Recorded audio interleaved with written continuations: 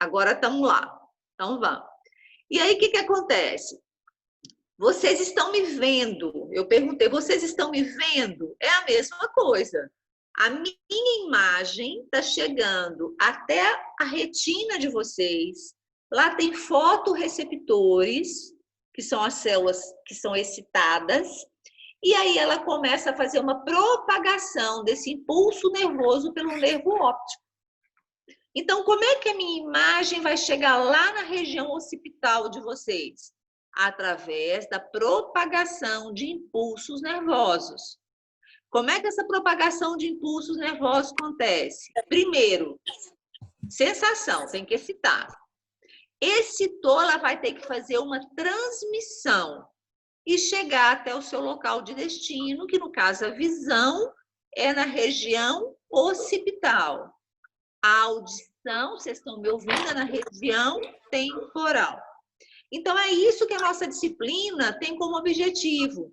Fazer com que vocês compreendam como que os neurônios, como que a função nervosa, a função neural, através dos impulsos nervosos, como é que elas produzem comportamento humano. Como é que eu aprendo? Como é que eu lembro? Como é que eu tenho sensações e sentimentos? A gente vai entender que isso é um processo neurobiológico que começa como? Eu recebo um estímulo, eu processo esse estímulo, eu respondo a esse estímulo. Isso é feito através de propagação de impulsos nervosos. A propagação de impulsos nervosos, ela é eletroquímica, tá? Então, por isso que a gente tem aquele neurônio bonitinho. Os dendritos recebem, o corpo recebe, o axônio transmite, a terminação nervosa libera neurotransmissor, para que esse impulso possa se propagar ao longo de uma cadeia de neurônios. Tá? Não vou ficar cobrando isso de vocês, não, gente. Isso aí é só ideia que vocês precisam compreender, porque a gente fica pensando assim, onde que está a mente? O que é a mente? Vocês vão ser psicólogos. O que é psiquismo humano? Né? O que é saudade? O que é amor? O que é ódio? O que é pensar? Né? O que é fazer um cálculo matemático? Não é isso? Então, são funções psíquicas que a gente tem que entender onde ela é produzida e como ela é produzida e onde ela é produzida. É isso que a nossa disciplina vai mostrar. Onde eu penso, onde eu lembro, onde eu vejo, onde eu ouço, onde eu sinto cheiro.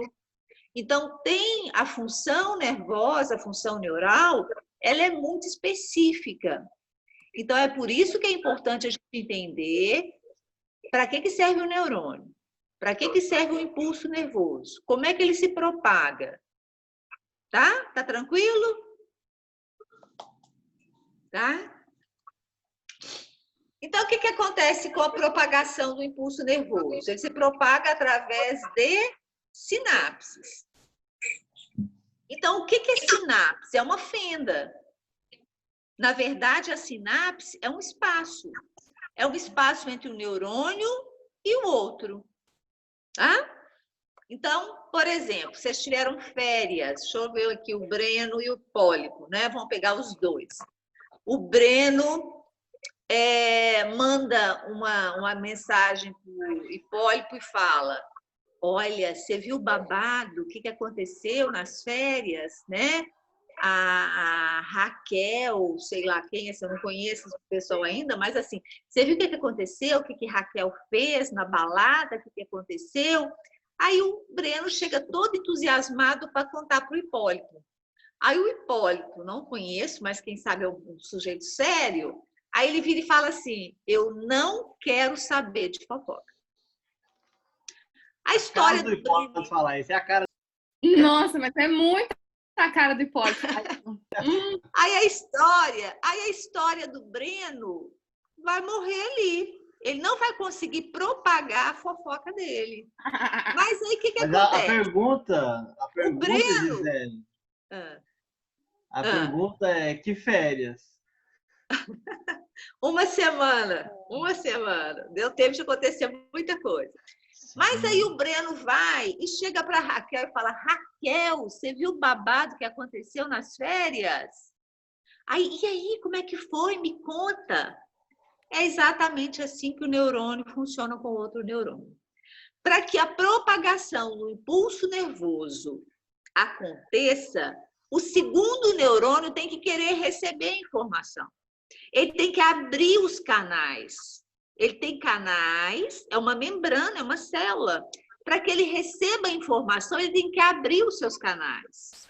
Foi o que o Hipólito não fez. O Hipólito foi assim: eu não quero saber dessa informação. Aí ele não abriu os canais. O Hipólito não Já seria um bom a neurônio. Raquel quis receber informação. Então, ela abre e entra a informação. É exatamente assim que acontece. Então, o que acontece? O primeiro neurônio levar a fofoca, o impulso para o segundo tem que permitir. Então, tem uma coisa que chama lei do tudo ou nada na neuro, que é o seguinte: ou a informação é suficientemente boa e cheia de neurotransmissor em termos de quantidade e qualidade, que o segundo vai receber. Às vezes, é nada. Às vezes, isso vai morrer no segundo neurônio.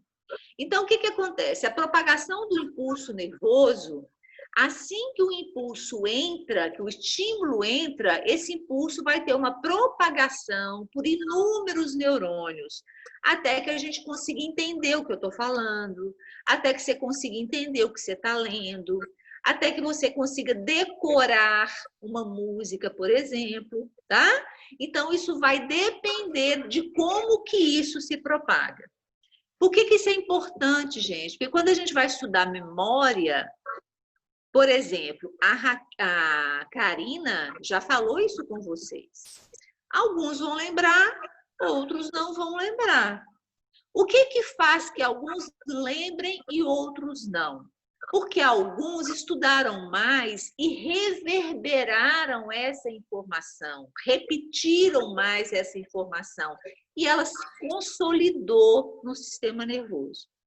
Então, para a gente aprender, lembrar, a gente precisa que essa informação passe várias vezes e se consolide. Então, vocês vão me ouvir hoje, depois vocês vão recorrer lá ao material e vão ler. Quem tiver mais curiosidade vai recorrer ao livro. E aí, quanto mais você receber estímulos, maior vai ser a consolidação do aprendizado, porque essa via sináptica ela vai passar inúmeras vezes e vai consolidar um aprendizado. Ok?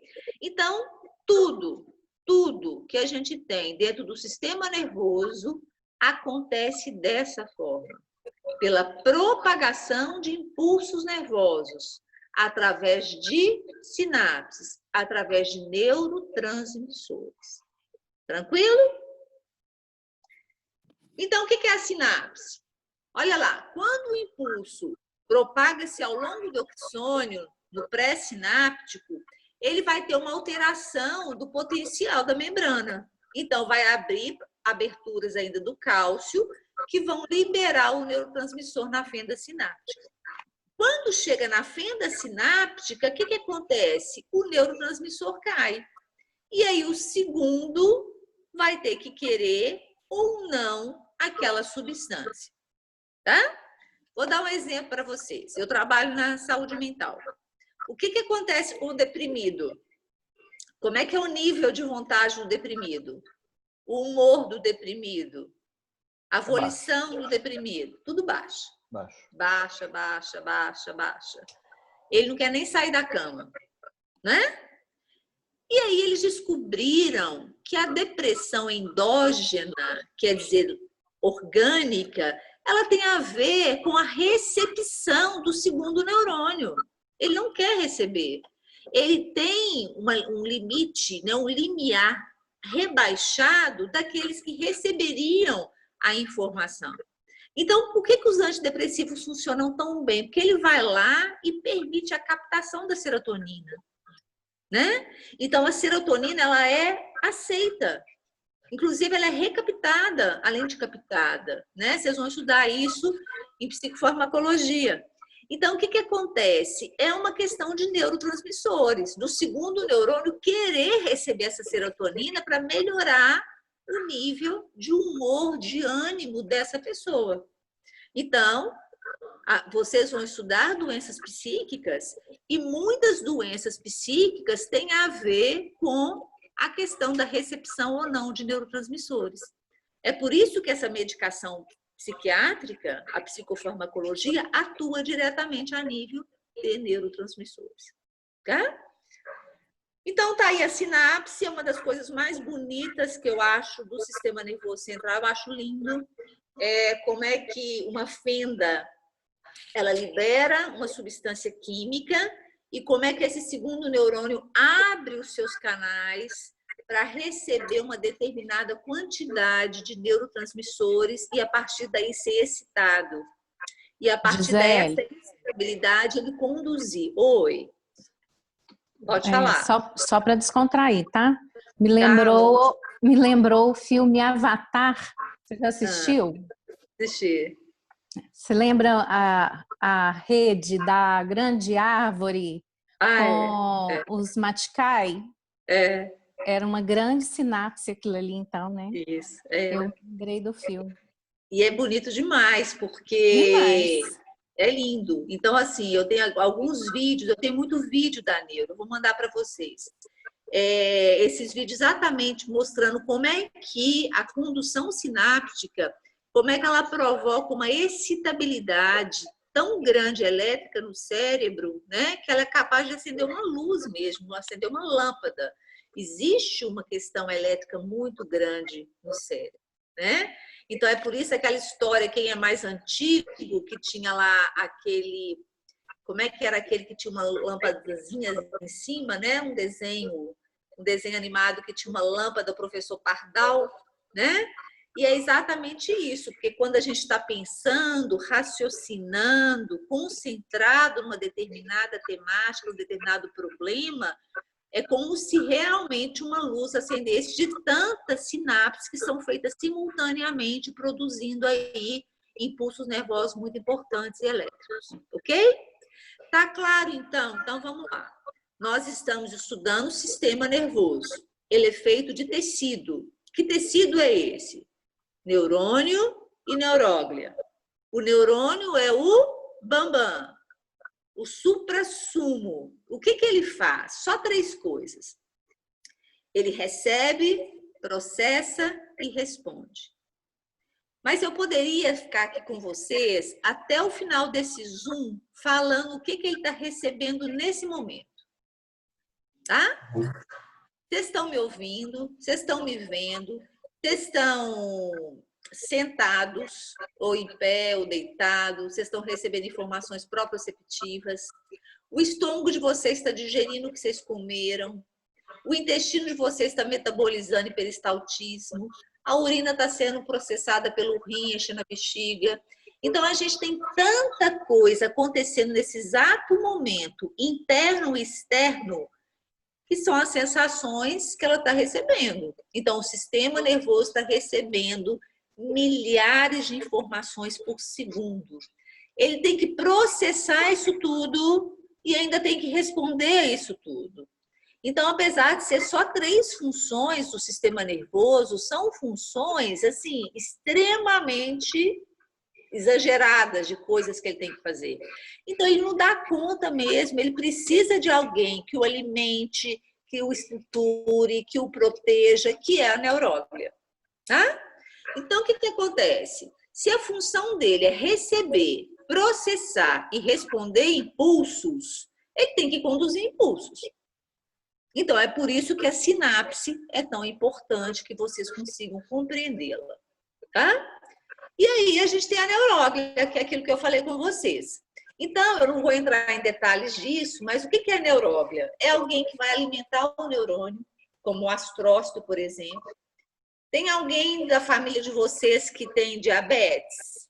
Alguém aí tem diabetes na família? Sim. Alguém já viu uma crise de hipoglicemia na família? Alguém que já viu alguém que a glicemia baixa? Ou mesmo a gente, quando a gente está com muita fome. O que acontece quando eu tenho baixa de glicemia? Acontece muito com o diabético. A glicemia dele cai muito e ele começa a ficar confuso. Desmaia. Ele pode até desmaiar. Mas primeiro ele fica confuso. Ele começa a fazer coisas engraçadas, ele muda o comportamento, ele não fala nada com nada. E mesmo a gente, quando a gente está com muita fome, a gente não consegue pensar direito. Confunde até um pouco com a sintomologia do AVC, né? Isso, mas aí é porque que acontece? Eu tenho um rebaixamento temporário de glicose no cérebro. Não é isso? Assim que caiu a glicose, eu fico confuso. Então, quem é o responsável por alimentar o neurônio? O astrócito, que é uma neuróglia que vai lá no capilar, chupa o sangue, cheio de glicose, de oxigênio, e alimenta o neurônio. Tá vendo? Ele é tão chique, mas tão chique, que ele precisa de um monte de gente para trabalhar com ele. É a Claudinha Leite lá no show dela. Então, ela precisa de alguém que leve para ela glicose. É a mesma coisa aqui. O neurônio precisa de glicose. Quem vai levar para ele? Astrócito. Quem vai proteger, produzir uma bainha de mielina? Os oligodendrócitos ou as células de Chivan no sistema nervoso periférico. Tá? A mielinização é extremamente importante para a condução do impulso nervoso.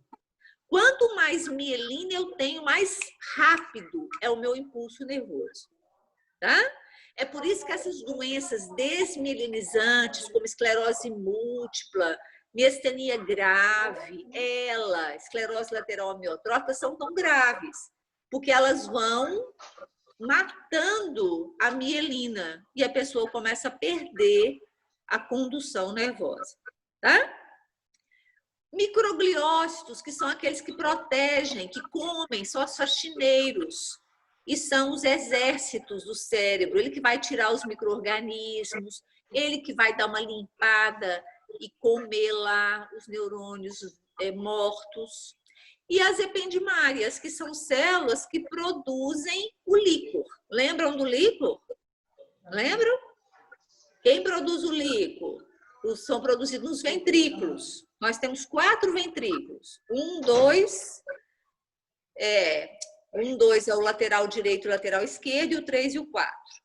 Eles têm um carpetezinho. Esse carpete são as células ependimárias que produzem líquido.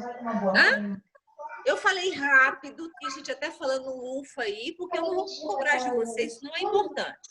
Eu só quero que vocês compreendam que o neurônio ele é tão importante que ele precisa de um staff para ajudá-lo. Ok? É óbvio que eu não vou perguntar o que é oligodendrócito, microgliócito, isso não tem nada a ver com a nossa disciplina. Eu só preciso que vocês compreendam que ele é tão chique, que ele é tão poderoso, que ele precisa de um staff para ajudá-lo a trabalhar. Isso chama neuróglia. E por que é importante? Porque os psicólogos vão trabalhar na área de saúde também. E a gente tem pacientes que têm tumores, câncer, exatamente nas neuróglias. Então, é um câncer muito comum, né? Então, a gente vai ver muito assim, tumores de glia. O pessoal fala, paciente com tumor de glia. O que é isso? É tumor dos neuróglios, das neuróglias. Tá? É um tumor muito comum, normalmente são tumores muito grandes, que fazem grandes estragos a nível cortical pelo tamanho que ele é. Ok? Então, o que eu preciso que você saiba dessa praça inicial? Tecido nervoso é formado por neurônio e neuróglia. O que o neurônio faz? Recebe, processa e responde estímulos. Ele faz isso como? Através de sinapses eletroquímicas. Quem ajuda ele a fazer isso tudo? A neuróglia, que são seus funcionários, que ajudam ele a se alimentar, a se proteger, a se estruturar e a produzir líquido. Tranquilo, gente? Estou muito rápida? Um pouco. Mas é porque isso é revisão, eu estou só passando assim, batidão mesmo, para vocês lembrarem. Hã? Eu acho que essa revisão vai ter que ser um pouquinho mais revista. Oi, quem está me chamando? Essa revisão, ela já é matéria para ser cobrada? Como é que é? Ela vai ser cobrada principalmente nesse exercício que eu vou mandar para vocês, porque é um exercício que eu queria que vocês se lembrassem, sabe? Eu vou mandar uns exercícios bem fáceis, mas que é importante para vocês lembrarem da matéria. O que eu mais vou cobrar de vocês, eu não vou cobrar isso de vocês, mas o que eu vou cobrar é revisão cortical. Córtex é uma coisa que vocês precisam saber muito para a neuropsicologia. Esse tipo de revisão que eu estou iniciando, eu vou cobrar só um exercício para a APS, para a gente já poder ir matando essas APS que a gente tem muitas esse semestre. Ok? Tá tranquilo o nosso neurônio? Lembram da divisão do sistema nervoso, então? Então, vamos lá. Todo sistema é formado por, vamos fazer o raciocínio, célula, tecido, órgãos e sistema. Qual que é o nosso sistema? Sistema nervoso. Qual que é a célula? Neurônio e neurônio. Ok? Então, vamos para os órgãos. Quais órgãos que a gente vai estudar?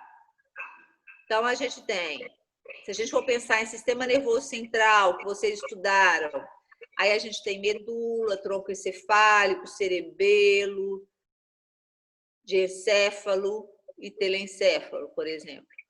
Tá? Se a gente vai ver sistema nervoso periférico, são os nervos, os gânglios, as terminações nervosas, isso são os órgãos. Então, vamos lá. A gente vai falar de sistema, então. Eu tenho dois sistemas nervosos, o central e o periférico. Isso vocês lembram, né? Qual que é o central? O encéfalo e a medula.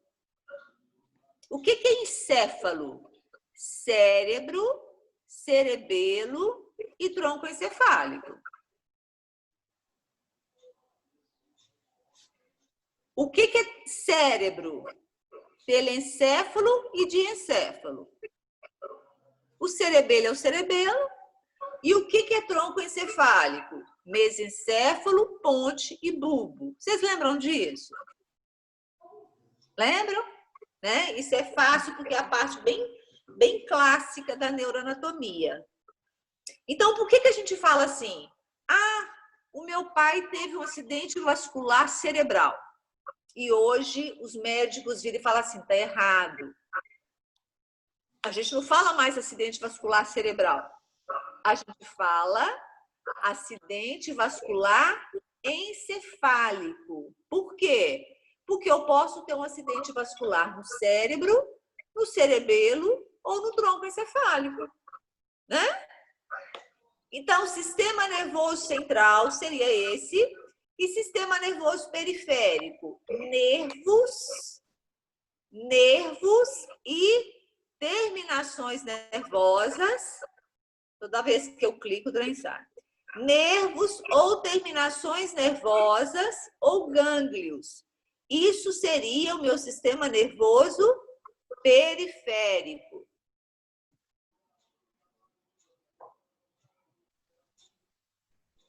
Ok? Estão lembrando direitinho disso? Isso é a parte mais fácil, né?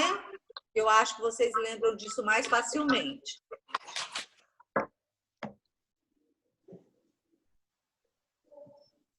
Tá lá. Então, isso seriam os nossos órgãos, que vai formar os nossos sistema nervoso central e o sistema nervoso periférico. Ok?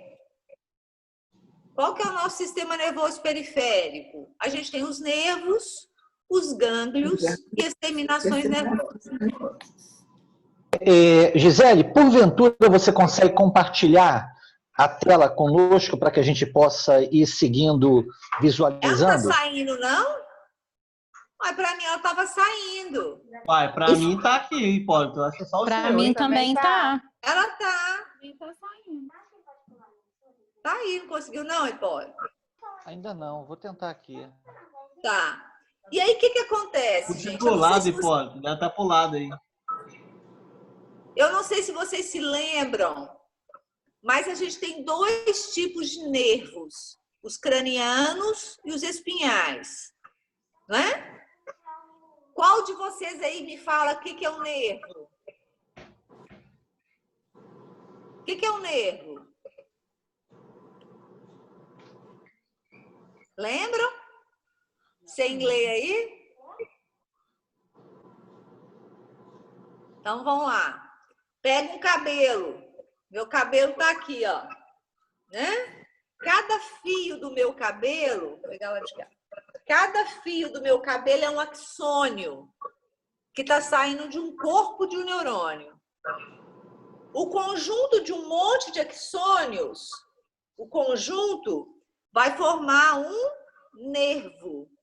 Então, nervo, na verdade, é um conjunto de axônios. Então, é um conjunto de fios, de axônios, que vão conduzir impulsos da periferia para o centro e do centro para a periferia. Então, por exemplo, vocês estão me vendo e me ouvindo. Quem está conduzindo isso? Quem está conduzindo a minha imagem para vocês? O nervo óptico. Quem está conduzindo a minha voz para vocês? Vocês estão conduzindo ele aí, o vestíbulo coclear. Então, o que acontece? Toda sensação que chega, todo estímulo, ele é conduzido ao sistema nervoso central através de um nervo. Toda resposta que eu tenho é uma resposta conduzida por um nervo motor. Então, vamos lá. Eu tenho 31 pares de nervos espinhais. Onde que esses nervos espinhais estão? Ó a palavra, espinha. Então, são nervos da medula espinhal. Eles servem para quê? Para sensibilidade e motricidade do meu queixo à ponta do meu pé. Então, do meu queixo à ponta do meu pé, quem vai trazer sensações e quem vai levar respostas são os 31 pares de nervos espinhais. Vocês estão me vendo, vocês estão me ouvindo, vocês estão sentindo contato, alguma coisa no rosto. Tudo que tem a ver com o rosto e órgãos sensoriais são nervos cranianos, que são 12 pares. Ok? E aí a gente tem os gânglios e terminações nervosas. Esse sistema nervoso periférico. Tá? Estou falando rápido demais, né, gente? Isso é sistema nervoso periférico. E aí, o que acontece? O sistema nervoso periférico, ele é extremamente importante quando a gente vai estudar cognição, percepção, cognição, memória. É extremamente importante porque é a partir dele que a gente vai receber o mundo. Então, como é que a gente tem uma criança muito inteligente, uma criança muito esperta, com uma cognição legal? É uma criança que foi muito estimulada. Uma criança que leu muito, que brincou muito, que recebeu sensações diferentes. Uma criança que foi extremamente estimulada desde a fase infantil. É uma criança que vai ter um potencial cognitivo melhor. Isso está mostrando que ela recebeu aferências desse sistema nervoso periférico. Gisele? Oi. Existe um excesso de estímulo que pode causar mal, ou algum prejudicar de alguma forma a criança, o bebê? Não. O excesso de estímulo? Não. O que acontece é o seguinte, a gente tem uma capacidade enorme de descartar informações. O nosso cérebro ele é limitado, ele não consegue receber tudo que chega até ele. Por isso que o tálamo é tão importante, porque o tálamo dá uma freada, sabe? E aí, o que acontece? A gente tem estímulos demais e consegue processar um número muito menor. Então, o que acontece? A própria criança, ela vai bloquear isso. O próprio sistema nervoso dela vai barrar uma quantidade de estímulo. Agora, uma coisa que você perguntou que é importante é que a gente tem que avaliar que uma criança com TDAH, por exemplo, é uma criança que tem uma dificuldade enorme de limitar os estímulos. Então, ela fica extremamente agitada e hiperativa com a estimulação em excesso. Então, a gente precisa também, você vai estimular a criança, mas você tem que ter noção do que é adequado para cada etapa do desenvolvimento daquela criança, tá? Mas o que nós sabemos é necessário estimular, é necessário fazer todos os estímulos em termos de todos os órgãos sensoriais, paladar, audição, visão, gustação, tátil. Por isso que a fase sensório-motor é tão importante para o desenvolvimento infantil, tá? Agora, uma coisa que é bobagem, que você está perguntando de excesso, tem algumas pessoas que, por exemplo, começam a ensinar línguas estrangeiras para bebê. Isso chega a ser ridículo, né? Ela não tem um cérebro preparado para a alfabetização ainda, muito menos para uma língua estrangeira, tá? Então, tem alguns estímulos que são, além de desnecessários, eles são prejudiciais, de fato, para essa criança. Ok? Entendi, ok. Falta 1 minuto e meio. Tá vendo, gente? A nossa disciplina ela é muito interessante, assim, dá vontade de ficar falando. Normalmente eu falo umas 3 horas seguidas. E aí, o que acontece? A organização, a gente tem o sistema nervoso, ele leva o indivíduo a interagir com o meio através do sistema nervoso somático. E a gente tem a questão toda biológica do nosso funcionamento através do sistema nervoso visceral. O que eu vou propor para vocês? O que eu queria que a gente pensasse? Essa fase inicial da disciplina, eu preciso que a gente retome esses conceitos básicos da neuroanatomia e da neurofisiologia. Está tudo já no portal. Eu queria que você já desse uma olhada, já desse uma lida, porque eu vou passar rapidão nessa parte, porque o que me interessa é o terceiro arquivo, que é córtex. Córtex eu vou exigir de vocês sim, porque eu preciso que vocês saibam áreas de projeção e áreas de associação bem claro, para a gente poder trabalhar as funções psíquicas. Qual que é a minha proposta? Semana que vem a gente retome essa revisão e eu já passo uma tarefa para vocês. Pode ser? Hoje a gente está começando, né? Assim, é mais complicado, mas semana que vem vai ter dado tempo de vocês darem uma lida nessa revisão. E aí a gente já passa uma tarefa para vocês começarem a, de fato, fazer essa revisão mais sistematizada. Pode ser? Ok?